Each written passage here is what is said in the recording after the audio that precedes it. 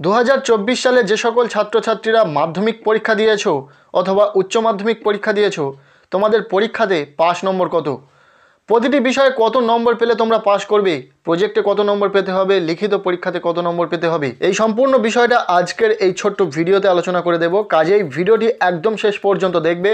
ভালো লাগলে লাইক করবে, আমাদের এই চ্যানেলে নতুন হয়ে থাকলে অবশ্যই চ্যানেলটিকে সাবস্ক্রাইব করে রাখবে। প্রথমে আসি, যে সকল ছাত্রছাত্রীরা 2024 সালে মাধ্যমিক পরীক্ষা দিয়েছে তাদের পরীক্ষাতে পাস নম্বর কত। দেখো, মাধ্যমিক পরীক্ষাতে 90 নম্বরের লিখিত পরীক্ষা হয় এবং 10 নম্বরের প্রজেক্ট থাকে, অর্থাৎ প্রতিটি বিষয়ে টোটাল 100 নম্বরের পরীক্ষা হয়। সো মাধ্যমিক পরীক্ষাতে প্রতিটি বিষয়ে 25% নম্বর পেলেই পাস করিয়ে দেওয়া হবে। লিখিত এবং প্রজেক্ট দুটো মিলিয়েই যদি প্রতিটি বিষয়ে স্টুডেন্ট 25 নম্বর পায় তাহলে কিন্তু পাস করিয়ে দেওয়া হবে। কোনো স্টুডেন্ট যদি প্রজেক্টে 10-এর মধ্যে 10 পায়, সেক্ষেত্রে যদি সে লিখিত পরীক্ষাতে 15 নম্বর তুলতে পারে তাহলে কিন্তু সেই স্টুডেন্ট পাস করে যাবে সেই বিষয়ে। এটা বলার একটাই অর্থ, লিখিত পরীক্ষা এবং প্রজেক্ট দুটো মিলিয়েই যদি কোনো স্টুডেন্ট কোনো বিষয়ে 25 নম্বর পায় তাহলে সে কিন্তু পাস করে যাবে সেই বিষয়ে। মিনিমাম 25 নম্বর পেলেই মাধ্যমিকে যে কোনো বিষয়ে কিন্তু পাস করে যাবে। সো আশা করছি বোঝাতে পারলাম। এরপর আমরা জেনে নেব উচ্চ মাধ্যমিক পরীক্ষার বিষয়ে। দেখো, মাধ্যমিক পরীক্ষাতে যেইভাবে পাস নাম্বার ক্যালকুলেশন করা হয়, উচ্চ মাধ্যমিকের ক্ষেত্রে সেটা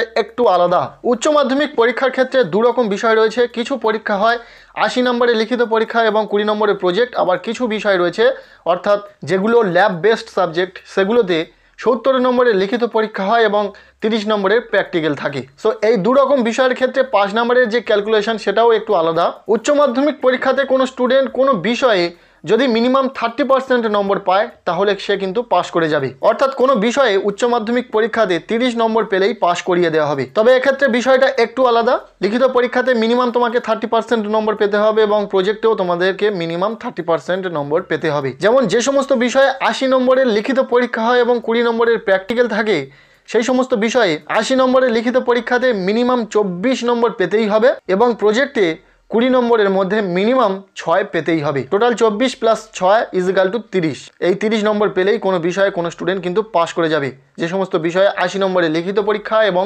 প্রজেক্ট থাকে 20 নম্বরের। সো আশা করছি বোঝাতে পারলাম। এরপরে দেখে নেব যে সকল বিষয়ে 70 নম্বরের লিখিত পরীক্ষা থাকে এবং 30 নম্বরের প্র্যাকটিক্যাল, সেই সমস্ত বিষয়ে 70 নম্বরের লিখিত পরীক্ষাতে মিনিমাম 21 নম্বর তোমাদেরকে পেতেই হবে এবং প্র্যাকটিক্যালে 30-এর মধ্যে 9 পেতেই হবে। তবেই 21 + 9 = 30। এই 30 নম্বর পেলেই সেই সমস্ত বিষয়ে পাস। এবার কোনো স্টুডেন্টের প্রশ্ন থাকতে পারে যে প্র্যাকটিক্যালে 30 অথবা 20-এর মধ্যে যদি আমি 20 অথবা 30 পাই, সেক্ষেত্রে কি বাকি যে নম্বরটি থাকে সেই নম্বরটি পেলে পাস করিয়ে দেওয়া হবে? একদমই না।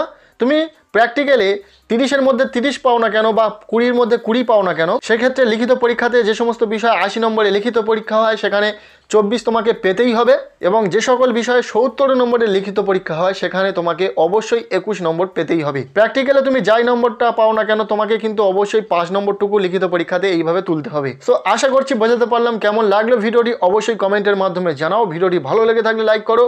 আমাদের এই চ্যানেলে নতুন হয়ে থাকলে অবশ্যই চ্যানেলটিকে সাবস্ক্রাইব করে রাখো।